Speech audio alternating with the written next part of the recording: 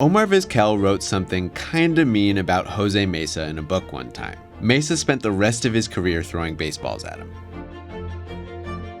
Our story begins, as many beeves do, with a couple of teammates who were close friends. Vizquel was Cleveland's star shortstop. Mesa was a former mediocre starting pitcher who'd found new life as an all-star caliber closer. Vizquel and Mesa were close. And on October 26, 1997, they were 3 outs away from winning the World Series together. Mesa took the mound in the bottom of the 9th inning of Game 7, with Cleveland holding a 2-1 lead over the Marlins. But then he gave up a leadoff single to Moises Alou, and later a sacrifice fly to Craig Counsell that drove Alou home to tie a game the Marlins would eventually win on a walk-off in the 11th inning. Game 7 of the World Series is tied! Mesa just needed a save to be a World Series hero, but he blew it. And then Cleveland blew the whole thing. That hurt. So Jose was a little touchy for a little while after. And by a little touchy for a little while, I mean extremely touchy, basically forever. Mesa's post-collapse sensitivity became apparent in spring training the following year. During an intra-squad scrimmage, Vizquel homered off of Mesa and kinda hammed it up. He did a cartwheel while rounding the bases, then tipped his cap to the imaginary crowd when he reached home plate. At any prior time, this would have been harmless fun between friends. Months removed from a brutal World Series collapse, Mesa did not take it well. He just clearly wasn't going to fit in Cleveland anymore, so in July, they traded him to the San Francisco Giants. The following season, Mesa joined the Mariners, in the American League, meaning Mesa would have to pitch against Vizquel. And between 1999 and 2000, he did so 6 times. The first 4 of those meetings were uneventful. A few outs and a walk, no drama. You can tell because I specified that there's gonna be some drama. In August of 2000, Vizquel got his first hit off his old friend since they separated. And perhaps stirred by giving up that hit, Mesa decided to send a message a few days later. He threw his first 2 pitches inside, nearly hitting Vizquel. Vizquel started walking toward the mound, shouting at Mesa. Benches cleared. The two were separated before anything serious happened. There was clearly some unfinished business, but in late 2000, Mesa became a free agent and signed with the Phillies, back in the National League where he'd almost never face his former teammate. And with 0 interaction, the beef went quiet for about a year and a half, until... So in 2002, Vizquel released an autobiography. I got it right here. It's called Omar, My Life On and Off the Field by Omar Vizquel. And on the first page of the book, in an intro about that game against the Marlins, Vizquel says this: "The eyes of the world were focused on every move we made. Unfortunately, Jose's own eyes were vacant, completely empty, nobody home. You could almost see right through him." This is the first page of the book.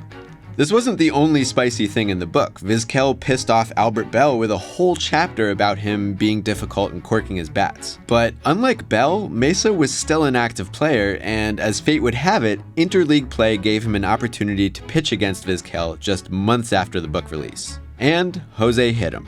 Mesa's first pitch just missed Vizquel's elbow. The second one drilled him right in the back. Vizquel considered charging the mound, but then he considered the weight classes in that fight and thought better of it. Mesa didn't talk about that plunking. He almost never spoke to media, but Vizquel told reporters he thought it was retribution for one thing or another. The league agreed and tried to cut off the beef by fining Mesa. And MLB wasn't the only force trying to thwart Mesa's revenge plot.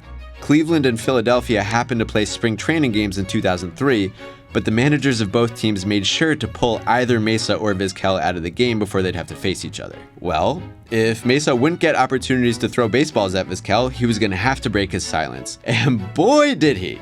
Jose was like, "I'm gonna hit him, and if he charges me, I'll kill him." Omar suggested that, maybe something got lost in translation. Surely Jose didn't mean it like that. But no, he did mean it. Which once again had Vizquel envisioning the size difference in a hypothetical fight. While the league investigated, Mesa's teammates teased him with a Vizquel bobblehead and then realized they should stop doing that. But the beef stayed off the field for a while simply because Mesa and Vizquel's teams never played each other. That changed in 2005, when an aging Vizquel ended his decade-long stint in Cleveland and joined the San Francisco Giants over in the National League. Mesa was still in the NL with the Pirates at this point, which made Vizquel really hope the beef was over.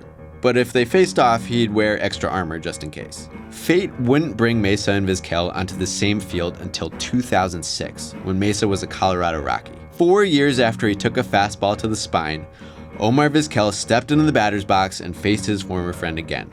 And Mesa nailed him again. This was the one. Giants manager Felipe Alou lobbied unsuccessfully for Mesa to be ejected.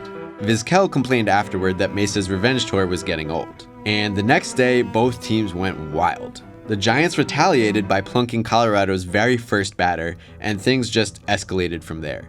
Multiple people got hit, including Vizquel, although it wasn't by Mesa, and multiple people got ejected in an absolute mess of a game. And even though Mesa hadn't done anything in that second game, the league knew his grudge had started this whole stupid battle the prior day and suspended him. Only then, 9 years after the World Series collapse and 4 years after the book passages about it, did Mesa announce he was done throwing at Vizquel. Vizquel didn't really believe him, but Mesa kept his word.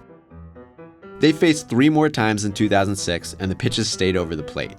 Vizquel even ended his career against Mesa with an RBI single. Mesa retired not much later after a final stint with the Phillies, and Vizquel left the game in 2012 at the age of 45. Neither got to win a World Series and make up for '97, but Vizquel has always gotten a warm reception when returning to Cleveland. Mesa, maybe not so much. Asked about the feud in 2014, Vizquel said the two still hadn't smoothed things over, and he sounded regretful. Mesa failed Vizquel and his teammates on the brink of a championship in '97, yes. But was rubbing that in with a book worth it? Was it worth the end of a friendship? Was it worth getting drilled with multiple baseballs over a period of several years? Perhaps not. Perhaps if you have nothing nice to say, then don't say it. Or, if you don't have anything nice to say, wait until the portion of your life in which people throw baseballs at you has ended to say it. Thanks very much for watching Beef History. If you got more ideas for beefs, definitely recommend them in the comments. And as always, please like and subscribe to SB Nation. Oh, come on, man!